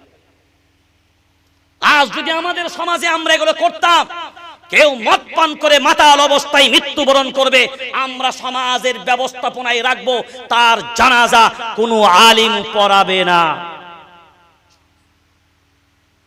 যদি এই সিস্টেম চালু হতো, তো বেটা মদ পান করতে গেলেও অন্তত কিছুটা ভয় তার দিলে থাকতো, যে তার পরিবার অন্তত গোপনে করতো, প্রকাশ্যে ভয় খেত।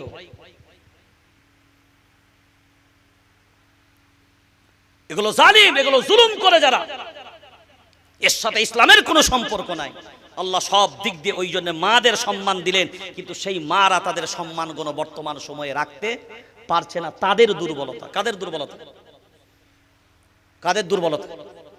তাদের দুর্বলতা। আল্লাহ এদেরকে সব দিলেন। একজন পুরুষ যদি জান্নাতে যেতে চায় তার অনেক আমল, কিন্তু একজন নারী যদি জান্নাতে যেতে চায় তার বেশি আমলের দরকার নাই, 4টা আমল যদি করে জান্নাতি। সুবহানাল্লাহ। কিন্তু এখন মায়েদের আমল কোথায়? যে যত বেশি বেপর্দা করতে পারবে সে তত বড় বাড়ির বউ হবে। এখন আমাদের যুগে কিছু নেতা কেতা বেরুচ্ছে আমাদের বাড়ির, তারা বলছে আমরা নেতা মানুষ, আমাদের বিবিরা মাথায় কাপড় দিয়ে যাবে, এটা আমাদের জন্য শোভা পায় না। হায়রে হতচ্ছাড়া, লজ্জা, বেহায়া, নিজের স্ত্রীকে পর্যন্ত এইভাবে মাথা খুলে অর্ধ উলঙ্গ করে নিয়ে যায়। আমাদের বর্তমান সময়ে আমাদের নারীদেরকে, আমাদের বোনগুলোকে যে পোশাকগুলো আমরা পরাই, এই পোশাকের ভিতরেও পর্দার কোনো লিহাজ নাই। ওই জন্য নবী বললেন ইমরাআতুন কাসিয়াতুন, এমন একটা জামানা আসবে পোশাক তো নারীরা পরবে, কিন্তু তারপরেও উলঙ্গ হবে। চরিত্রগুলো আপনি ভিড়িয়ে নেন, পর্দা আমার ভিতরে নেই, ইখলাস আমার ভিতরে নেই, নবীর প্রতি ন্যায় ভালোবাসা আমার ভিতরে নেই। খুব যদি বিবেচনা করে দেখেন, আমি এর আগেও অন্য অ্যাঙ্গেল দিয়ে বলেছি, কেউ কাউকে পার করাতে পারবে না। সব বাইকে কিন্তু নিজের আমলের জায়গায় দাঁড়াতে হবে। ওয়ালা তাজিরু ওয়াজিরাতুন বিজরা উখরা, প্রত্যেকের বোঝা প্রত্যেককেই বহন করতে হবে। কেউ কারোর বোঝা বহন করবে না। একটা জিনিস শুধু এখান থেকে শিখে নেবেন, ও মা, আমরা যারা আজকে বয়ান শুনলাম, কোরআনুল কারীম আমরা বাড়ির ভিতরে রাখি, এইগুলোর অপমান করব না। প্রত্যেক দিন হলেও এক রুকু অন্তত তিলাওয়াত করব। এখানে পুরুষ যারা বসে আছেন এখান থেকে বাড়ি যাবেন, কাল থেকে আপনাদের রুলস তৈরি হবে। প্রত্যেকটা বাড়িতে নিজের বৌমা হোক, নিজের মেয়ে হোক, নিজের স্ত্রী হোক, সকলকেই একটা নির্দেশ আপনার পক্ষ থেকে থাকবে, এক রুকু তিলাওয়াত না করা পর্যন্ত প্রত্যেকটা মুসলমানের বাড়িতে হোক কোরআন তিলাওয়াত যদি না হয়, চা সকালে পান করানো হবে না। এই রকম সিস্টেম যদি করতে পারেন, বাড়িটা বরকতে ভরে যাবে। ফজরের নামাজ আদায় হয়ে যাবে, সূরা ইয়াসিন তিলাওয়াত করে নেবেন। রিজিকের জন্য চা পানি যা খান, রিজিকের জন্য বার হবেন, ব্যবসা বাণিজ্যে যাবেন, চাষবাসে যাবেন, আল্লাহ বরকত দিয়ে ভরে দিবে। হে মুসলমান, তোমার সকালটা হয় মোবাইলের মাধ্যমে, তোমার সন্ধ্যাটা হয় সকালের মাধ্যমে, তো আপনার মোবাইলের মাধ্যমে, তোমার ঘুমটাও হয় মাধ্যমে রাত্রে বেটা যখন ঘুমায় কটগুলোকে কাঁজে আবার গুনে দেয়, গান ওই দিকে চালিয়ে দিল। বলে কেন? বলে গান না শুনলে ঘুম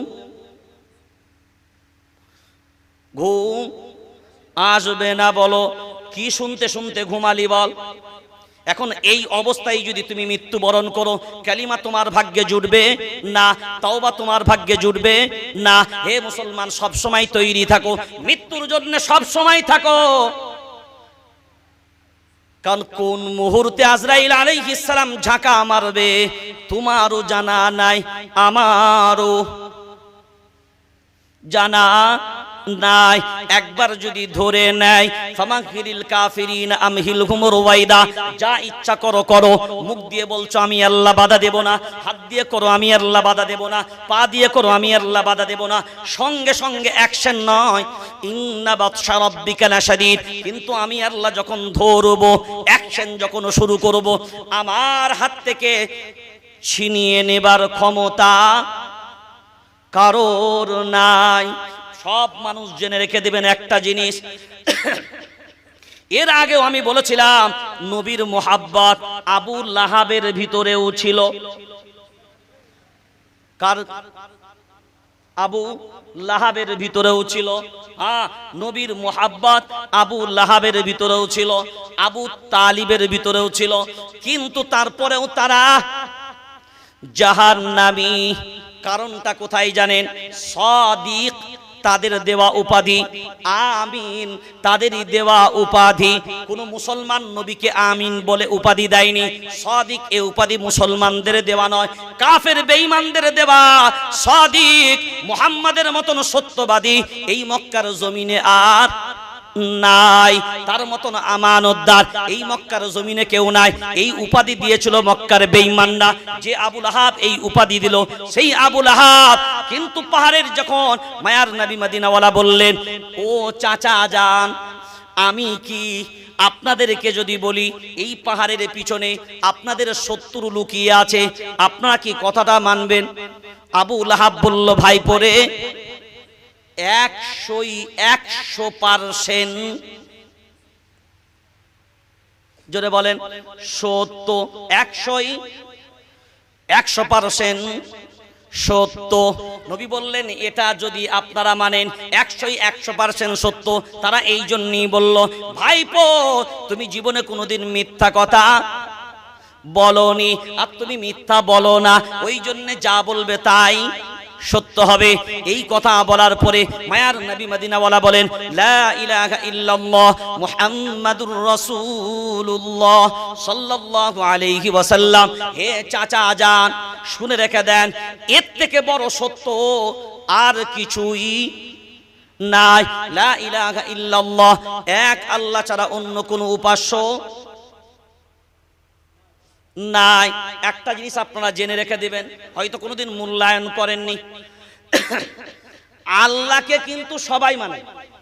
কি বললাম? কত বল?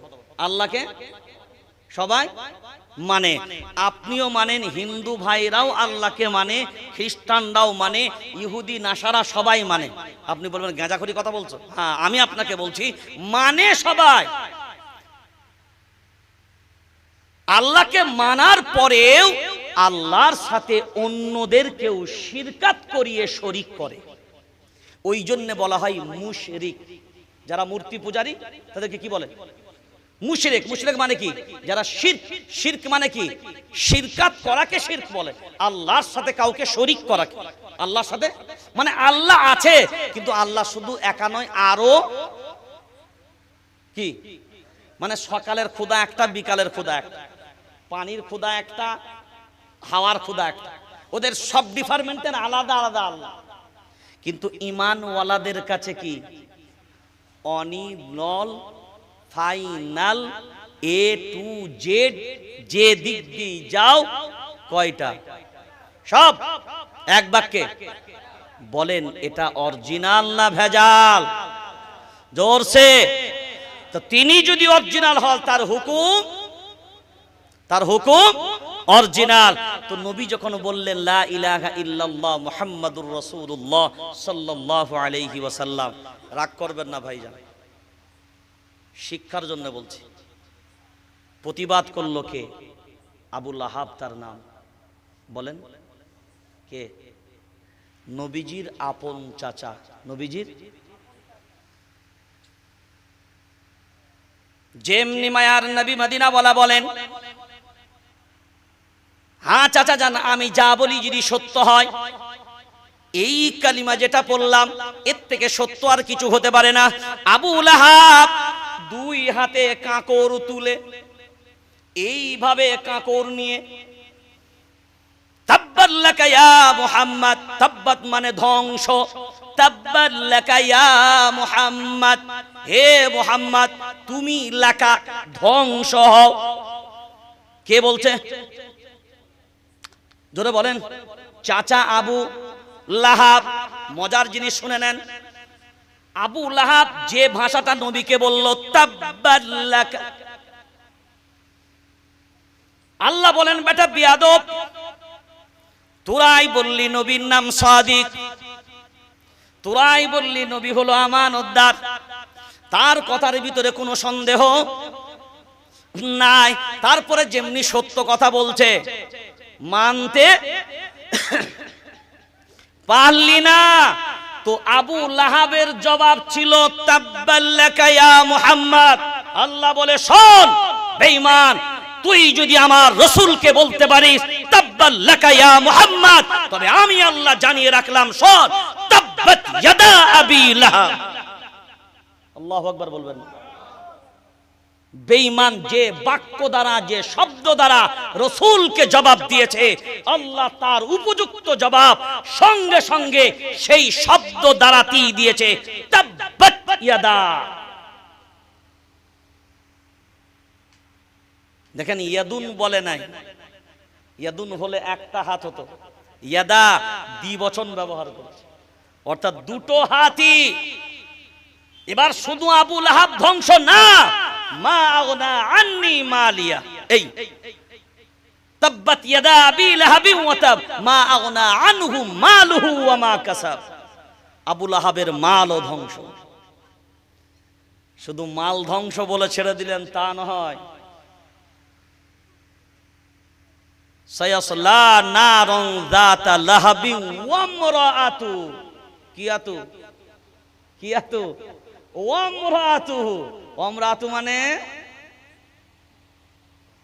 লক্ষ্মী ভান্ডার, ইমরাআতু মানে হ্যাঁ ইমরাআতু। আবু লাহাব তোর দুই হাত ধ্বংস, তোর মাল ধ্বংস, তোর বিবিও জাহান্নাম। শুধু তোর হাত তোর ধ্বংস তা নয়, তোর বিবি কেন, তোর কাজে তোর বিবির সহযোগিতা আছে, তোর কাজে তোর মালের সহযোগিতা আছে। প্রত্যেকটা বড় লোকের অহংকার তার মালে হয়, তার মালের কারণে তার গর্ব হয়। ওই জন্য আজ অধিকাংশ মসজিদের ইমামদেরকে দেখবেন তুচ্ছ মনে করে, কারণ মনে করে আমরা তো মাইনে দিয়ে রেখেছি, একেবারে ইজ্জত দিতে হবে না, ও আমাদের ইজ্জত দেবে। সিস্টেম। এবার লক্ষ্য করে দেখেন, সত্য হওয়ার পরেও আবু লাহাব নবীকে মোহাব্বত করেছে, কিন্তু নবীকে মানতে পারে নাই। আমরা সবাই নবীকে মোহাব্বত করি, এবার বলেন মানতে পারি না। তাহলে আবু লাহাব আর আমার মাঝে পার্থক্যটা কি? ও মোহাব্বত করেছে মানে নাই, আমিও মোহাব্বত করি মানি নাই। বলে হ্যাঁ নবী মানি, মানলে কোথায়? যদি নবী তুমি মেনে নিতে, চেহারাই তোমার পরিচয় হতো, আখলাকে তোমার পরিচয় হতো, দস্তরখানায় পরিচয় হতো, খাদ্যে তোমার পরিচয় হতো, শোয়ান বেডে তোমার পরিচয় হতো। কারণ দুনিয়ার জমিনে যত শিক্ষায় তুমি শিক্ষিত হও না কেন, যত পণ্ডিত তুমি হও না কেন, যত আদর্শ তুমি নাও না কেন, একজন দাঁড়িয়ে বলেন, বুক ফুলিয়ে কথা বলে দেন, নবীর আদর্শের ভিতরে এই সিস্টেমটা পেলাম না, ইসলামে এর আদর্শ এর সিস্টেম নাই। একটা দিন তুমি দেখাও, কারণ নবী বললেন শুনে রেখে দাও, মান আতাআনি দাখালাল জান্নাহ, জান্নাতে তোমরা যাবে আমার ইতাআতকারী তারা। বলেন আমার ইতাআতকারী তারা হবে, জান্নাতে তারা যাবে। এবার বিপরীত শব্দটা কি হবে? আসছে বিপরীত, মনে আছে না? খেয়ে ফেলেছেন সব জিনিসের বিপরীত। নবী বললেন আতাআনি, আতাআনি, আমার ইতাআত। কার? হ্যাঁ, আনি ইয়া মুতাকাল্লিম ব্যবহার করছে, আমার ইতাআত। মান আতাআনি দাখালাল জান্নাহ, আমার ইতাআতকারী হবে যারা, জান্নাতে যাবে তারা। তাহলে বিপরীতটা কি হবে? আমার ইতাআতকারী হবে না যারা, আরে বিপরীতটা বলতে হবে তো, যাবে না তারা। তো নবী বলছে যাবে না যারা, আমরা বলছি ছোলা পরিয়ে পাঠাবো আমরা বলছি মিলাদ দিয়ে পাঠাবো আমরা। নবী বলছে যাবে না তারা, আমরা বলছি নবীর থেকে দোয়া আমাদের ভারী, ওই জন্য কারো না ধারদারি। নবী বলছে যাবে না, আর আমরা বলছি ছাড়বো না, নিয়ে যাব। খুব ভালো করে যদি এই গুণকে মূল্যায়ন করি, নিজের আমল নিজে দাঁড়ান, এরপর একেবারে পিছনে একবার ব্যাকে চলে যান। কেন এ কথা আমরা জানাজাই বলি? আল্লাহুম্মা গফির, এবার খেয়াল পড়ছে, আল্লাহুম্মা গফির লিহাইয়িনা, আগে ক্ষমা করাও কার? তোমার নিজের। কার ক্ষমা আগে করাও? কথা বলে না, কার? তোমার নিজের। কারণ তুমি তো সুদ খেয়ে জানাজায় দাঁড়িয়ে আছো, তুমি তো নবীর ইতাআত বাদ দিয়ে জানাজায় দাঁড়িয়ে আছো। বলো আমার রাসূলের ইতাআত কোন জিনিসে পাবে না? সকাল কেমন হবে নবী তাও দেখিয়েছেন, বিকাল কেমন হবে নবী তাও দেখিয়েছেন, রাত্রি কেমন হবে নবী তাও দেখিয়েছেন, তুমি খাবে কেমন নবী তাও শিখিয়েছেন, দস্তরখান বিছাবে কি দোয়া পড়বে নবী তাও শিখিয়েছেন, কোন হাত ধোবে নবী তাও শিখিয়েছেন, কতটা ধোবে নবী তাও শিখিয়েছেন, দোয়া ভুলে গেলে কি দোয়া পড়বে নবী তাও শিখিয়েছেন, শুবে কেমন কি দোয়া পড়বে, কোন কাতে শোবে নবী তাও শিখিয়েছেন, বাচ্চার চেক কাটবে কেমন নবী তাও শিখিয়েছেন, খতনা কেমন হবে, আকিকা কেমন হবে, বাচ্চা মানুষ কেমন হবে, বিবাহ কেমন হবে, বাসর রাত কেমন হবে, দাম্পত্য জীবন কেমন হবে, ব্যবসা কেমন হবে, একটা দিক বাদ দিয়েছেন। প্র্যাকটিক্যালে নবী সব শিখিয়েছেন। হ্যাঁ, প্র্যাকটিক্যালে সব দেখিয়েছেন। কারণ প্র্যাকটিক্যালে যদি না হয় তাহলে মানুষ জানতে পারবে না। ওই জন্যই তো কোরআনুল কারীম বলেছে লাকাদ কানা লাকুম ফি রাসূলিল্লাহি উসওয়াতুন হাসানাহ, তোমাদের কাছে তোমাদের উত্তম আদর্শ হলো তোমাদের রাসূল। এবার আসেন একেবারে জলসার ইতির জায়গায়। তাহলে আযাজিলকে আদেশ করেছিল না নিষেধ?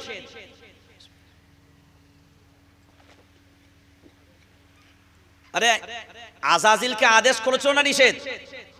আদেশ। আর আদম আলাইহিস সালামকে আদেশ করেছিল না নিষেধ? নিষেধ। তাহলে দুটো জিনিস, একটা আদেশ একটা নিষেধ, দুটোই কিন্তু আদেশটাও পালন হয়নি, নিষেধটাও পালন হয়নি। আদেশ পালন হলো না, চিরস্থায়ী জাহান্নাম, আর নিষেধটাও পালন হলো না, আল্লাহ বলেন জান্নাতে আর থাকাও। জোরে বলেন। এবার বলেন আল্লাহ আমাদের জন্য কটা আদেশ করেছেন? একটা না অনেক? তাড়াতাড়ি বলেন, একটা না অনেক? একটা। নিষেধ কটা করেছেন? একটা না অনেক? হ্যাঁ, যদি খুব মূল্যায়ন করে এগুলোকে আমরা বিবেচনা করি, আমাদের বিবেক খুলে যাবে। এমনি এমনি আল্লাহুম্মা গফির লিহাইয়িনা পড়েন না। এই কারণেই আপনাকে পড়তে হয় যে আমি নিজে আগে অপরাধী, যার জন্য দোয়া করব। মৃত ব্যক্তির থেকে দোয়া কার বেশি প্রয়োজন? আগে কার আগে প্রয়োজন? কার?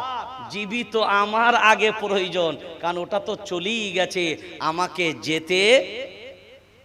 যেতে হবে। সেই জন্য আমরা আল্লাহর আদেশ অবহেলা করব, আল্লাহর নিষেধ অবহেলা করব। আমি দুটো কথার উপরে বয়ান করলাম, একটা আদেশ একটা নিষেধ, একের বিপরীত একটা, একের বিপরীত একটা, দুটোই যদি আমরা নিতে পারি আমাদের জীবন ধন্য হবে। একটা শেষ কথা শুধু আইনি, ভারতবর্ষে বর্তমান সময়ে জনগণ যারা আছেন এখানে, আপনারা জানেন ওয়াকফ অ্যামেন্ডমেন্ট বিল, যেটা ভারত সরকার সুকৌশলে চক্রান্ত করে এর সমস্ত টোটাল আমি নিয়ে আসিনি, টোটাল যে এরা খসড়াটা আইনগুলো ধারাগুলো কোন কোন ধারাতে কিভাবে, এর টোটাল সমস্ত রিপোর্ট ডকুমেন্ট সব আমার কাছে আছে। কারণ আমরা সাংগঠনিক মানুষ, এগুলো আমাদের প্রয়োজন হয় অনেক ক্ষেত্রে আইনি ব্যাপারে। হয়তো খুব দ্রুত মুখ্যমন্ত্রীকে ডেপুটেশন দেওয়ার সিদ্ধান্তও নিয়েছি হয়তো পূজার পরে পরে। তো এই ওয়াকফ অ্যামেন্ডমেন্ট বিলের ব্যাপারে অনেক মানুষ এখনো সজাগ নয়, অবহেলিত, মানে এদের কোনো গুরুত্বই নেই ব্যাপারটা। ওয়াকফ বিল পাস হবে হবে, ওয়াকফ আসল ওয়াকফ বিল পাস হবে তা নয়, আসল এর ভেঙে চুরে যদি বলতে হয়, মসজিদ সুকৌশলে নিয়ে নেবে, মাদ্রাসা নিয়ে নেবে, মক্তব নিয়ে নেবে, খানকা নিয়ে নেবে। যদি বলেন এটা আবার তো কি করে কি হলো, একদম ছোট্টভাবে হাবিবুল্লাহ ভাই চলে এসছেন, আমি বক্তা বসাই না, কিন্তু এটা খুব গুরুত্বপূর্ণ কিছু আছে। একটা এটা যা কিছু দেন না, পয়সা করি যা আছে, হ্যাঁ একটা ঝাড়েন ঝরম করে, হ্যাঁ ওইটাই দেন আপনাদের। এটা কি মক্তব না? মক্তব তো মক্তব। এই যে মক্তবটা তৈরি আছে, এটা কার উপরে আছে? জমিনের উপরে না ফাঁকায়? সবাই একমত? হ্যাঁ, এই যে ওয়াকফ সম্পত্তি কোনটাকে বলে? এর নিচের যে জমিনটা আছে, এই যে জমিটা, জায়গাটা, এটা কি বলা হয়? ওয়াকফ। কি বলা হয়? সবাই বলে ওয়াকফ সম্পত্তি। এটাই হলো ওয়াকফ সম্পত্তি। এই সম্পত্তির উপরে মক্তব, যেটা মসজিদ আছে, মসজিদটাও কোনো জায়গার উপরে আছে, মসজিদটাও কোনো জায়গার উপর আছে। তাহলে মসজিদের নিচেই যে জায়গাটা, যে জায়গার উপরে বিল্ডিংটা দাঁড়িয়েছে, এটা হলো ওয়াকফ সম্পত্তি। এবার বলেন, এরা বলছে অ্যামেন্ডমেন্ট বিল পাস করিয়ে এই সম্পত্তিগুলো আমাদের তত্ত্বাবধানে নেব। তাহলে এই সম্পত্তিগুলো নেওয়া মানেটা কি হলো? এই রুমালের উপরে কাগজটা আছে, রুমালের উপরে কাগজটা আছে, তাহলে এই রুমালটা হলো জায়গা, কাগজটা ধরুন মক্তব বা মসজিদ, বুঝতে পারলেন? এখন বলেন, রুমালটা যখন টান দেব, কাগজটা তো ওখানে থাকবে নাকি? সবাই জোরে বলেন না কেন? না ওটাও আসবে? হ্যাঁ, তাহলে এই জায়গা যখন টান দেবে, মক্তবও তখন, মসজিদও তখন, মাদ্রাসাও তখন